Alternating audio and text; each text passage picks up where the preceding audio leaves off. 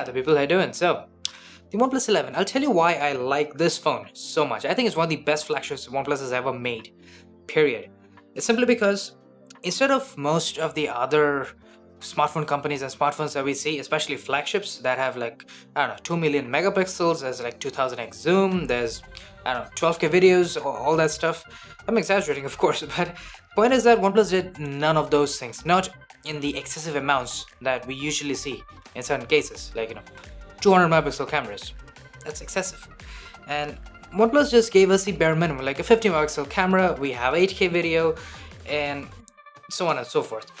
Essentially what OnePlus did is that instead of going crazy on one of those and you're slapping like a $1,000, $1,200, $1,500 price tag, they just lowered the price. OnePlus deserves a lot of credit for that, and I give it. But we're going up against the X90 Pro here. Now the X90 Pro, it does fall into the other category of flagships. It does have certain features that are somewhat excessive, but it's still Vivo's flagship. It's gonna be good with photography, whether you like it or not, it's gonna be. And that's why this comparison is gonna be fun. Now for this one, I do think that I'm gonna focus more on indoors because that just makes sense. I've really tested out the outdoors on the X90 a lot. And it's already done on the OnePlus 11 as well. You can check out all of the camera comparisons. I've already done them in the link in the description. Now, in this case, it's a very simple difference. We have less saturation and more realistic colors on the X90, less natural colors. That's basically what you're gonna get. Exactly what you see, well, at least close to it. The OnePlus, it doesn't really limit itself to realism. It tries to make it more vibrant, make it more punchy, more pleasing to some people, not to me. For me, the X90 takes it. It just looks realistic, and that's something that I really prefer. Now this backlit shot is actually the same kind of shot, but just a different angle, and yeah, you can see both are struggling. I honestly, genuinely expected both of them to perform a little bit better, at least one of them to give me more shadow detail, but that's not really happening. Not that it's a particularly bad thing, it could just be that the situation was really difficult. I mean, it is terrifyingly well balanced on both. And again, the X90 just has more realistic colors. The OnePlus is a little bit more exaggerated. Now this is an ultra wide shot and it looks great on both. I'm gonna move on to zoom in a moment, but yeah, the biggest difference again is just the fact that the X90 looks more natural, while the OnePlus a little bit more saturated, and that's really about it. So the genuine difference between the two when it comes to regular shots is not really much of anything. You're gonna get some minor differences in contrast or saturation, that's about it. The main camera shot though, I think the X90 is cooling things up a little too much. It doesn't quite look as natural, and at least like how it appeared to my eyes. I remember there was a bit more warmth, not as much as the OnePlus 11, but there was a little bit more warmth in the scene. The X90 is removing that a little bit more. Now for 2x, well, see, the X90 has incredible 2x. You'll see in a moment why I say that, but in this case at least the colors are just too desaturated. The natural colors screwed up in this case. That's plain as day. And yeah, that can happen. Nothing is perfect. Neither is ice natural colors in this case, as you can see. So I do prefer the OnePlus in this case. But then 5x. That's right, 5x for two cameras that do not have any periscope zoom whatsoever. And we have the X90, which could definitely use more contrast. Like, it looks a little flat, but yeah, look at the detail preservation. If that doesn't impress you, I don't know what can, because it looks incredible. But then you look at the OnePlus and you go like, what in the damn hell happened in this? Because it looks really bad. And I did take multiple shots because I couldn't believe my eyes when I saw just how much worse the OnePlus looked.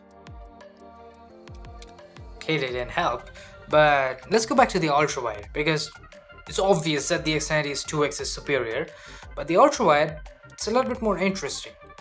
Not exactly in the way you might think. I'll explain in a moment. See, in this case, yeah, I messed up the angle a little, sure, but the shots look good on both, and I kind of like the slightly higher contrast on the X90.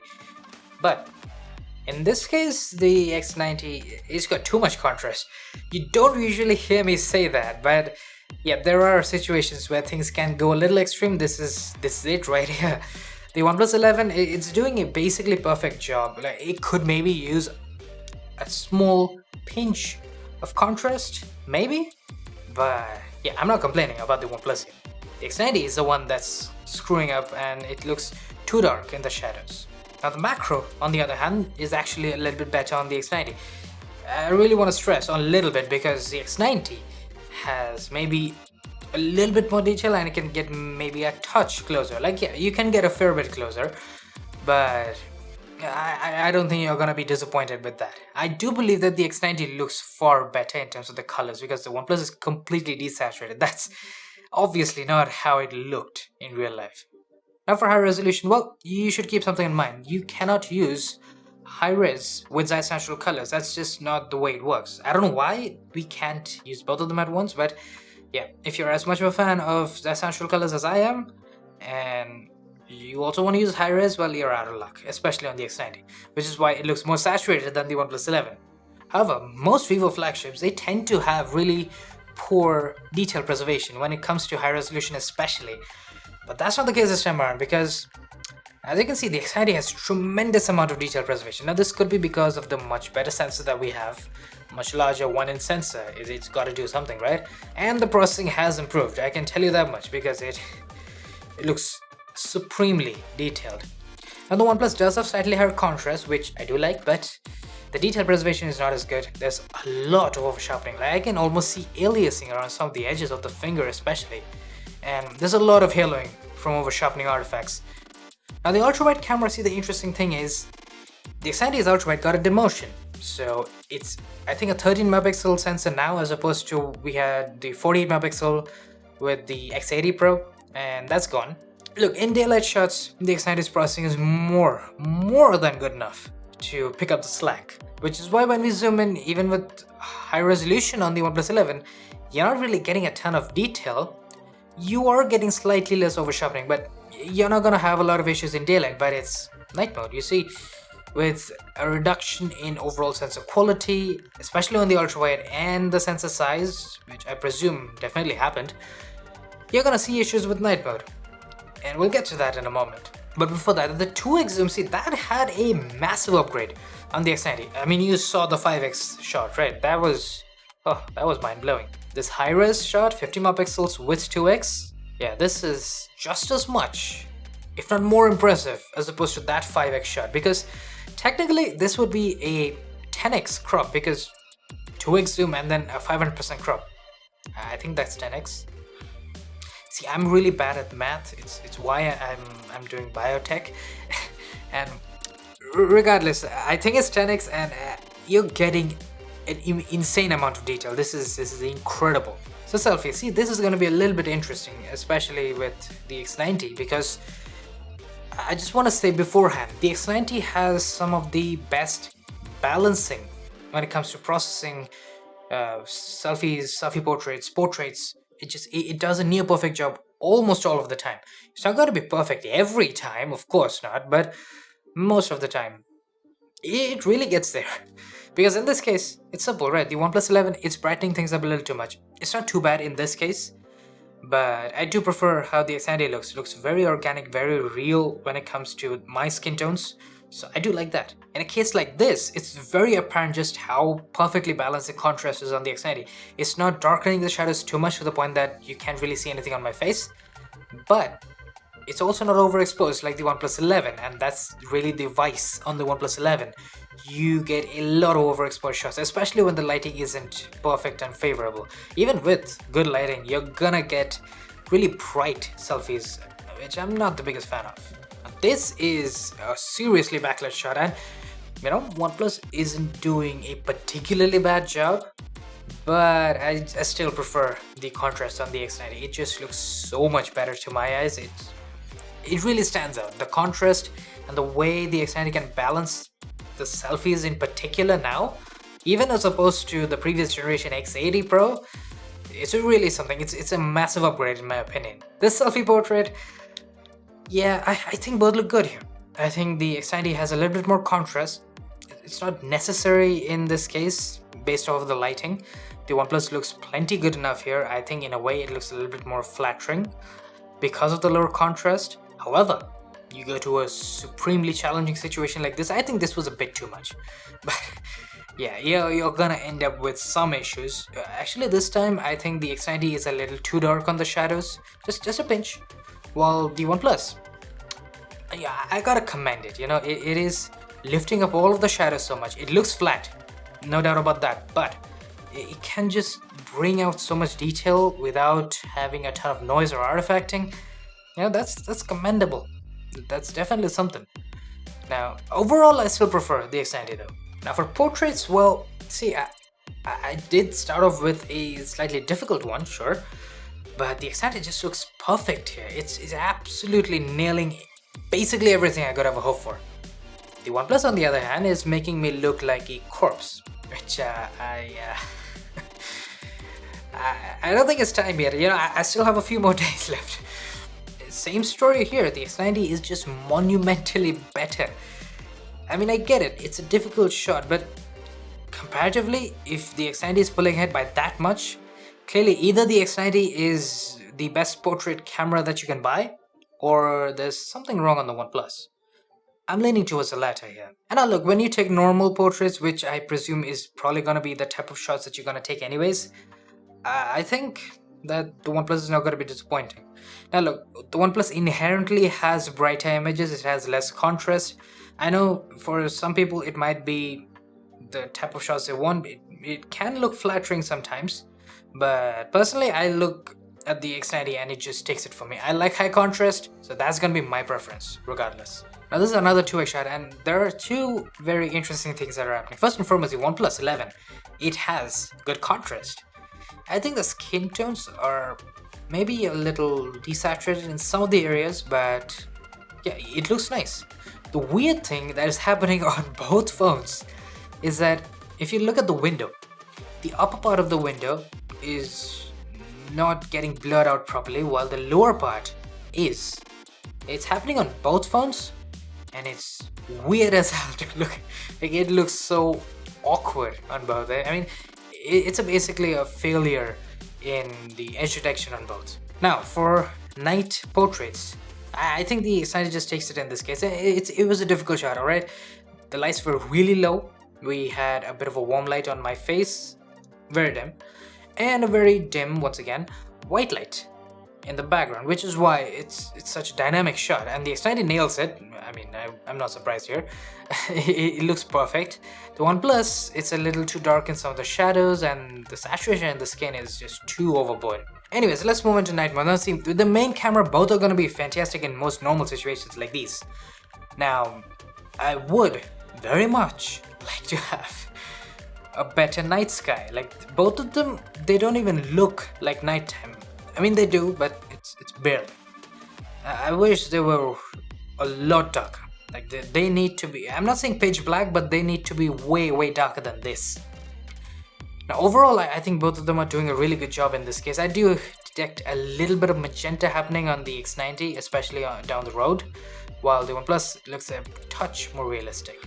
Now in this case, I think the night sky looks a little bit darker, which I do prefer, but speaking of the night sky, the X90 is way cleaner. Like, it is significantly cleaner as opposed to the OnePlus 11.